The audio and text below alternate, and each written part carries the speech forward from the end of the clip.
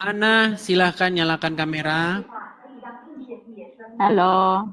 Halo Ana, silahkan nyalakan kamera Ana. Suara TV-nya kecilin dulu Ana, supaya dia nggak ikut-ikutan diskusi. Ya, bentar. Silakan. Muslim? Bukan, saya mualaf, Bang. Mualaf. Ya berarti Muslim lah. Kok mualaf? Murtadin.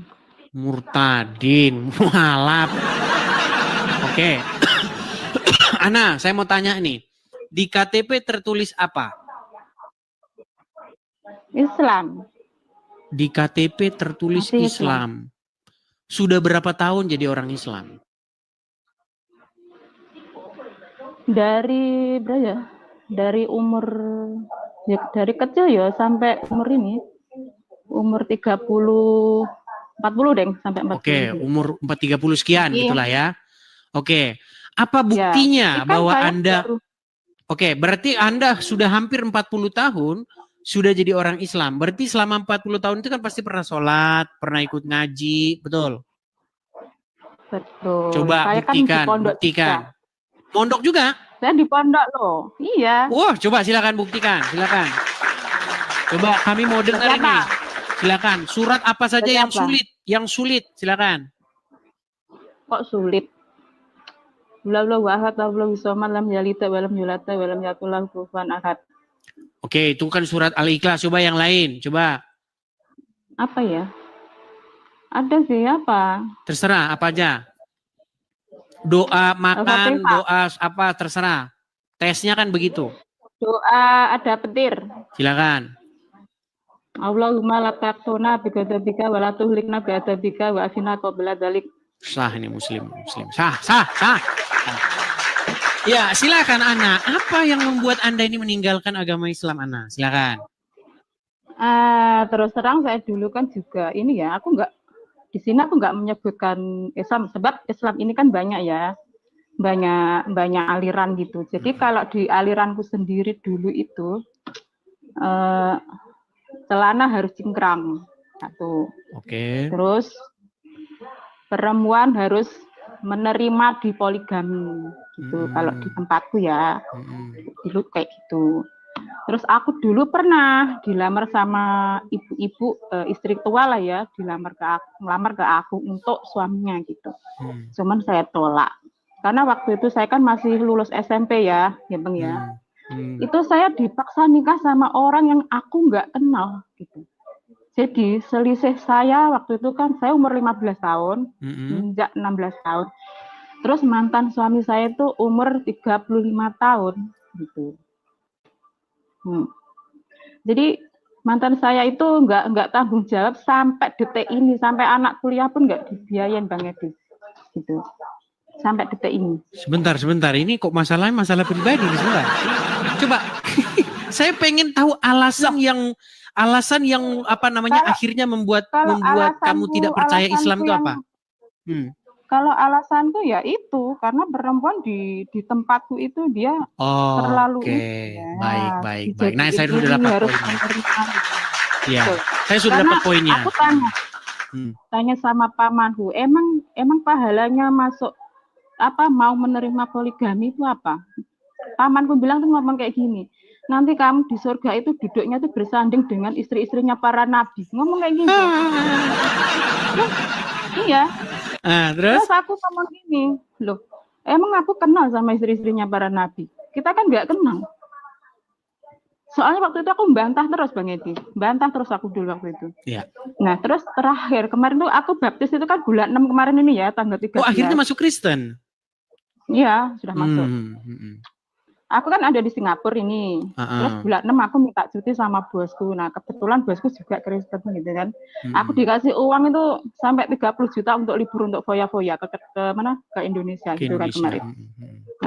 Akhirnya aku liburan, terus aku minta baptis sama gereja yang dekat sama rumahku ya di Pantai Costa itu. Langsung aku minta dibaptis bahwa aku di sini itu cuman cuti, waktuku cuman pendek Pak, tolong aku minta dibaptis. Akhirnya dibaptis hari Jumat tanggal 13 kemarin itu. Jadi gini Bang, yang membuat aku keluar. Aku keluar itu nggak sembarangan keluar ya. Semua tuh memang harus aku selidiki dulu. Kristen tuh kayak gimana sih gitu kan. Jadi aku melihat orang-orangnya dulu. Ternyata ya memang baik-baik sih. Meskipun nggak semua gitu ya. Terus aku di situ dijelasin sama temanku juga. Ditanya, menurutmu Tuhan mana yang bisa, nama Tuhan mana yang bisa membangkitkan orang mati di tahun 1940? Emang siapa bang? Dia bilang namanya adalah Smith Wigglesworth. Aku cek di situ, ternyata benar. Disitulah aku jadi percaya bahwa Yesus itu memang benar-benar Tuhan. Jadi menurut saya yang bisa membangkitkan orang mati cuma Yesus. Selain itu nggak ada ilah lain.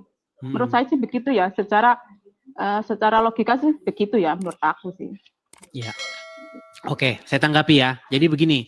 Jadi pertama-tama alasan yang membuat Kak Ana meninggalkan agama Islam itu adalah bagaimana agama Islam memperlakukan seorang wanita. Betul. Ya. Betul. Jadi memang kalau kita belajar agama Islam, memang wanita itu diperlakukan memang ya sedemikian rupa lah. Bahkan kalau ada sebuah negara, kita kasih contoh ya, misalnya negara-negara yang berbalik dari negara demokrasi ke negara Islam. Contohnya Afghanistan, Pakistan, dan lain sebagainya. Itu perempuan-perempuan pada kabur dari sana. Kenapa perempuan-perempuan pada kabur? Iya. Karena perempuan itu akan benar-benar dikekang sekali.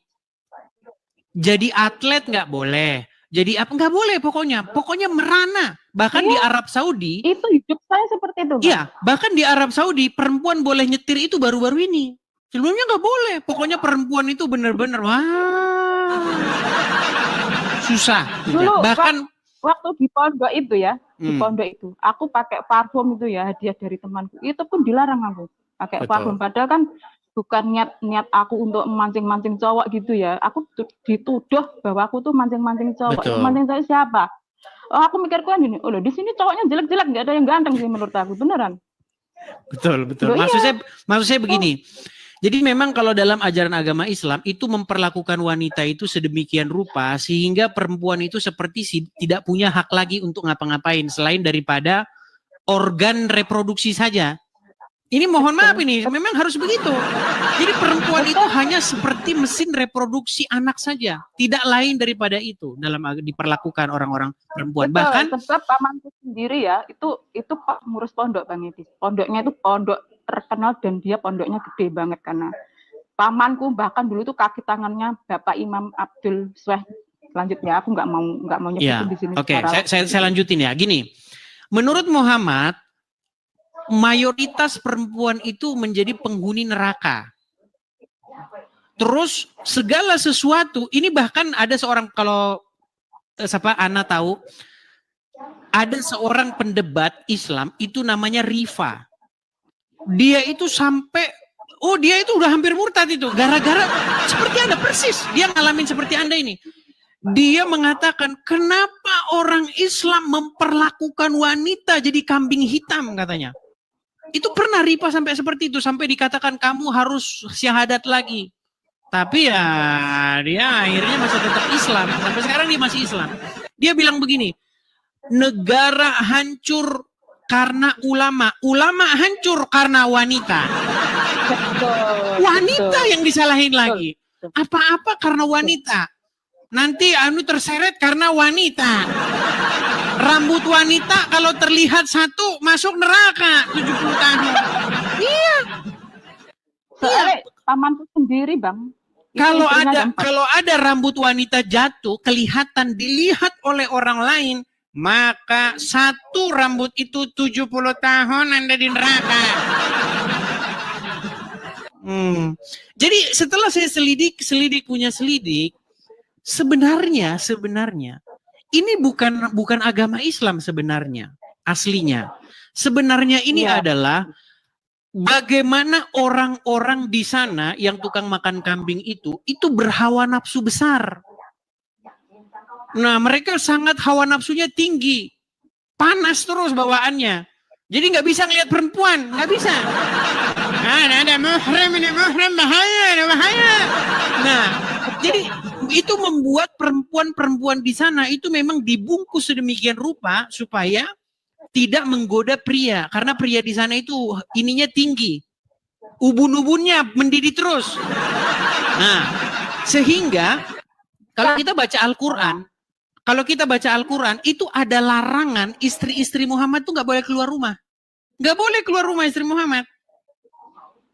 Nah, sehingga itu dikembangkan tuh. Jadi bukan istrinya Muhammad saja. Jadi semua perempuan-perempuan tuh harus dibungkus. Makanya kita banyak melihat perempuan-perempuan cadaran begitu kan. Sampai bajunya nutupin lampu sen. Itulah yang diperlakukan oleh orang Islam terhadap perempuan. Gitu. Betul banget. Dan banyak hal-hal lagi. Sendiri pun istrinya 4. Bang. Ya. Di dalam Al-Quran dikatakan seperti itu. Ya, sunnah Rasul katanya. Bahkan hadis digembar-gemborkan bagi perempuan yang rela mengizinkan suaminya kawin lagi, maka pintu surga akan dibuka lebar. Itu kalau perempuan-perempuan cerdas, bilang aja bel gede sakala-kalanku itu. Itu kalau perempuan-perempuan mau berpikir cerdas, tapi faktanya memang begitu.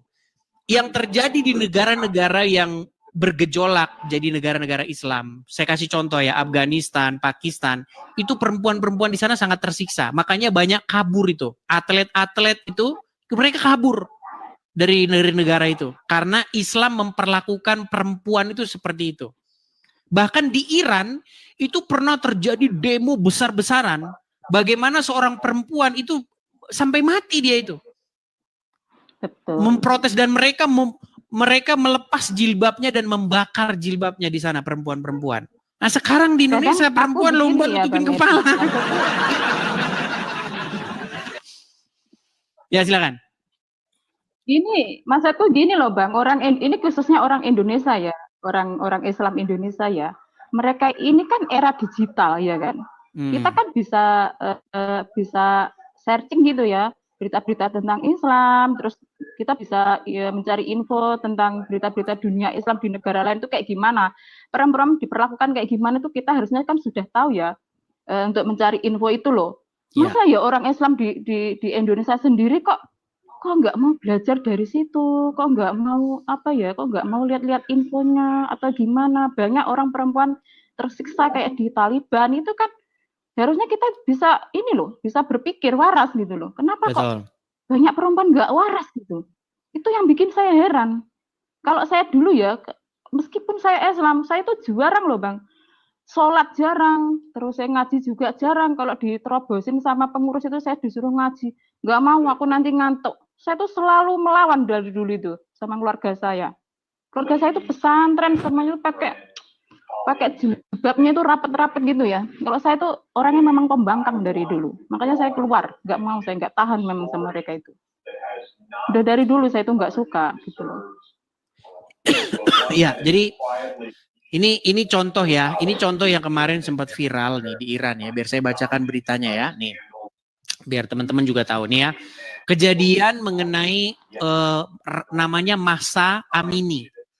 Ya, unjuk rasa di Iran itu tahun 2022 sampai 2023 atau dikenal juga dengan unjuk rasa Mahsa Amini. Adalah serangkaian protes dan kerusuhan sipil di Iran yang dimulai pada 16 September 2002 menyusul kematian Mahsa Amini ya, yang meninggal saat dalam tahanan polisi, diduga dipukuli oleh polisi moral Iran karena dituduh melakukan pelanggaran menggunakan hijab yang tidak pantas. Nah ini. Nah dan seterusnya di bagian Iran. Unjuk rasa ini menyebar dengan cepat setelah 1 hari dan kota-kota Teheran dan seterusnya nih. Ini unjuk rasanya nih ya.